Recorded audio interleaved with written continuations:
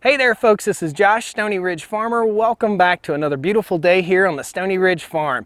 Today we're going to be talking about cattle mineral feeding, and we've got a Tartar Farm and Ranch Super Duty mineral feeder. We're going to be putting it together and we're going to load it up and we're going to take it out to the cows. So come along today as we show you how the Super Duty mineral feeder works. There's also a special attachment we're going to show you for this thing to help keep flies off of your cow's face, and we're going to take it on out there and put it to work right out here in the cow pasture in front of the house. All right?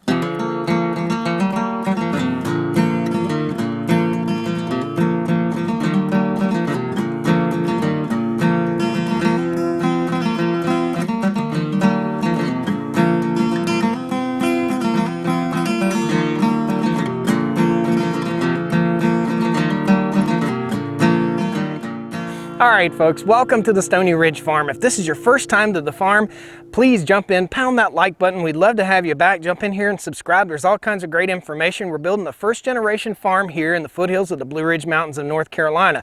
What you're seeing behind you did not look like this 5 years ago. So we're really building a farm here. So what we have, we've got the Tartar Farm and Ranch Super Duty mineral feeder here. Big thanks to Tartar Farm and Ranch for giving us a good deal.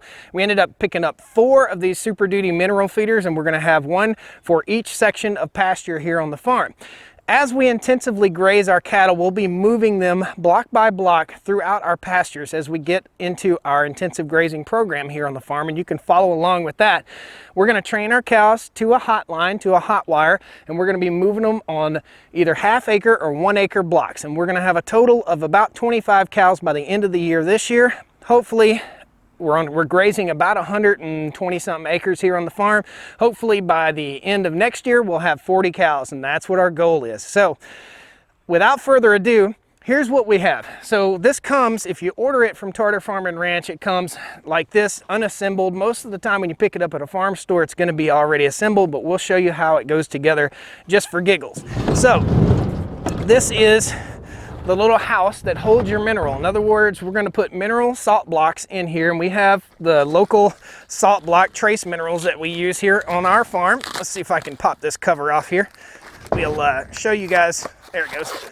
We'll show you guys what's in there. So this is trace minerals for our cows. So we have 93% salt, zinc, manganese, iron, copper, iodine, cobalt.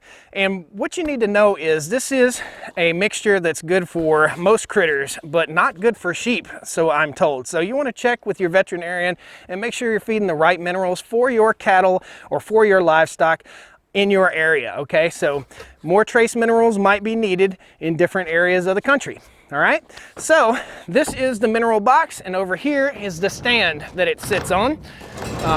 Drag this guy over. Right there it is. So what we're going to do is we're going to take this loose. There are 4 bolts right here, and we're going to set the mineral feeder on it, and this rotates around, okay? It's a Super Duty mineral feeder. What that does is allow the cows access in multiple areas and multiple places, and it keeps from making a mud hole. I don't know, at the end of this video, guys, stick around. We're going to go over on the other side of the farm. We're going to show you what it looks like when you just toss a salt block out on the ground. It kills the grass. The cows destroy the grass right there, and the salt isn't good for the ground. So this is going to get it up off the ground and keep it out of the weather, thus not wasting as much. And that's what it's all about on the farm, is not wasting feed, not wasting time, and not wasting money. Without further ado, we're going to start taking this thing apart. These are 1/2 inch or 13 millimeter. I can't figure out. I think they're 1/2 inch, but we'll take this, disassemble this, and they come with locking nuts. In other words, nylon lock nuts on there, okay? So it's going to come apart pretty easy. I want to remember how we took it apart so we can put it back together the same way. And when we get done here, I'm actually going to hit these with a little bit of undercoat for automotive undercoat. It's going to take this bolt a long time to rust and rot off. However, it's going to have salt sitting right on top of it, so it would be good to protect this for sure. All right, so we're going to disassemble everything and start reassembling. So the big washer goes on top, and what we're going to do is take all 4 of these bolts and washers out, just like this, and we're going to set our feeder on top, just like so. We're going to line it up With a bolt hole, this couldn't be any simpler. We're going to drop in the first bolt. All right, from there, we can find the other bolt holes. There's a certain way this thing's got to go on here, and I got to figure it out. Okay, so the best way to do this is take your finger and just kind of feel up underneath there, and then we'll take all of our bolts and washers and drop them straight down through there, okay? Now, if you wanted to upgrade something on this, you could probably upgrade to some stainless steel nuts and bolts and washers, but really, this thing's gonna rot about, it's gonna last about 20-25 years, I'm betting. It's a pretty heavy duty, it's a super duty mineral feeder. So we'll just drop our bolts right through here and tighten everything down. Just so you guys know, during shipping, these might get a little misshapen, okay? So this critter right here is not made out of metal, it's made out of like a rubberized plastic, and it will get misshapen a little bit, so you might have to twist it just a little bit to get it mounted up just right. Okay, we got all 4 bolts dropped in. Now we're gonna take our nuts, our nylon locking nuts, and put those in place. Pretty simple stuff here.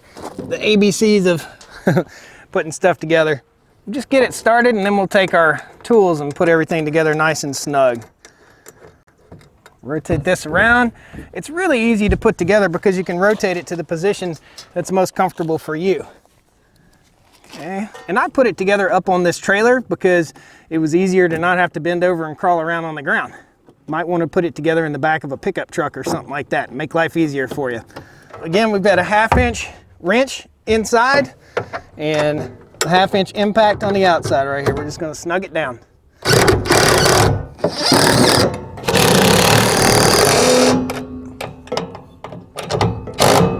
So it's assembled. Just that easy, and it just rotates on a bolt down there. There are no bearings or anything to have to worry about. We've got something else really cool right here, and this is an option for one of these critters. This is a fly prevention tool right here. It keeps the flies off of the face of the animal.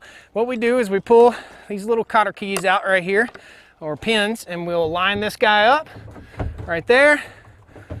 It takes all of 25 seconds to put this thing together.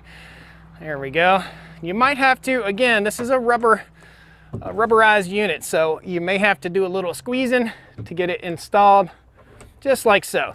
Now you can put your favorite fly repellent on the front right here. When the cow sticks its head in there to get the mineral out, it's going to coat it. This is like a mop material right here. Now we're researching, it's not fly season right now, so it's November for us right now, so it's totally out of fly season, but we are researching an organic product to put in here for our cattle because we don't want to put poison on the face of our cows. So we'll let you guys know in a future video what we're going to be using for fly prevention. I'm just installing this right now to show you how to do it, but we don't need it, okay? We're not gonna need it for right now. You may hear a cow in the background. We're weaning off a baby right now, and baby is not happy. She is mad, very angry. So, the next thing you do, we're gonna take it out in the pasture. We're gonna load it up. I'm gonna show you guys, just for giggles, how a salt block goes in here. As I do this, I want to show you guys, so you have attachment points right here. There are 2 attachment points on the front, 2 attachment points on the rear of this critter, so you can drag it around your pasture, okay? That's why we're using this, to save money, to save mineral, to not put salt out on the ground, to not kill the grass, and to be able to have a mobile system for mineral feeding on the farm. These are 50-pound mineral blocks. Here's one.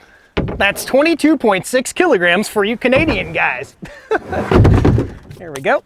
Okay, so I think it's important that you understand how we tow this. So we've made up 2 tow straps. We're going to put one on one foot and one on the other foot. Basically the same length of rope. The rope is about 12 feet long. We took this end, and this will be the end that clips to the ATV or UTV or pickup truck or whatever you decide you're going to use. But this is a carabiner that's not made of metal, so it's not going to scratch up the pickup truck or whatever you tie it to. You can put it on the ball of your pickup truck or hook it to the back of the ATV like we're going to do here in just a minute. So I tied basically a knot, a loop on the end of this one, and we'll show you another way to do it on this end right here, okay? So we're just going to take this and make a loop, okay? Approximately 5 inches, something like that. And we're gonna use a cool tool, guys. I love this thing. Any chance I get to use it, I use it. I'm a zip tie nut, so this is the Stoney Ridge zip tie moment of the day. We'll go ahead and copy roadkill a little bit. So I'll put 2 zip ties on here, pretty close together, just like so. Actually, we wanna make it neat, so let's go ahead and make it neat and do a good job. Backwards, there we go. All right, we want them both to be the same. Okay, we'll put this guy on here and we're gonna zip tie.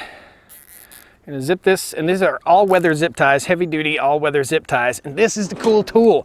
This is called a Data Shark. It is a zip tie tool. So you put your, I'll show you on one side, and then I'll show you another way. So we put this on, we squeeze it as tight as it'll go, and it cuts it off. Look at that. That's awesome. So what's going on back here in the back, we'll show you. You put your zip tie in, just like so, and it kind of walks forward, and a little blade on the end clips it off. Watch. Boom. Good to go.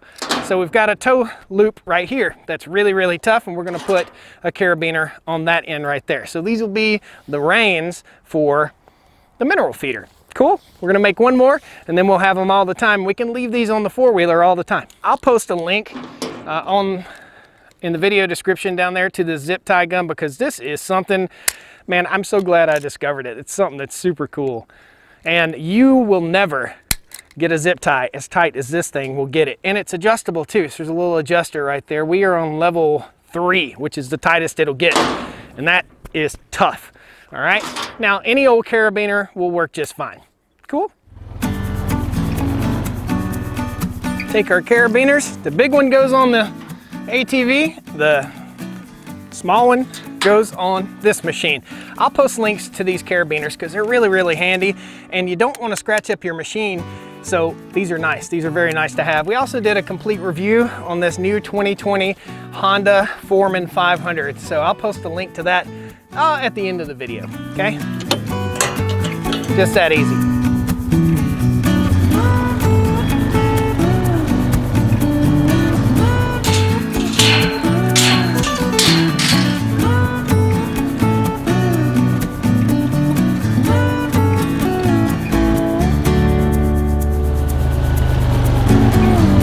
Guys, when you got an open gate, you can't lollygag, so we're gonna drop it in there and we'll take you in. We're gonna talk to you about where to place your mineral feeder also, because it's important to not place it near a water source. So these are our happy cows. They're out there grazing right now, and they're not thinking about the gate, which is awesome.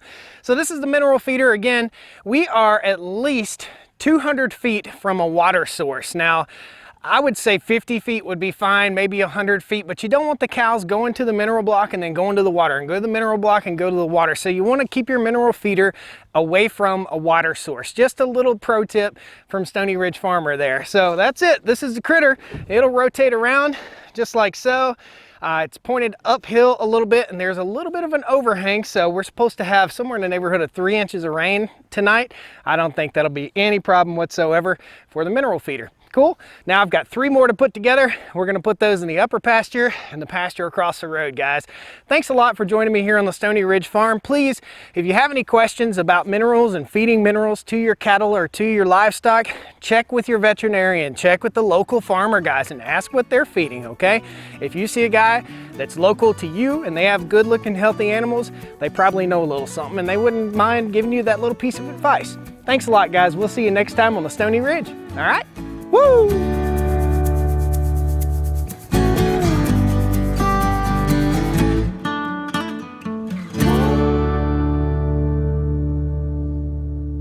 This is what it looks like when you put a salt block out on the land without any type of mineral feeder. It just basically destroys the land all around where the salt block was, and it kind of puts salt down into the soil, so deer will be scratching here for probably the next 3 years. That's what we want to avoid by moving our mineral around instead of leaving it in a stationary place so the cows don't wear the land out.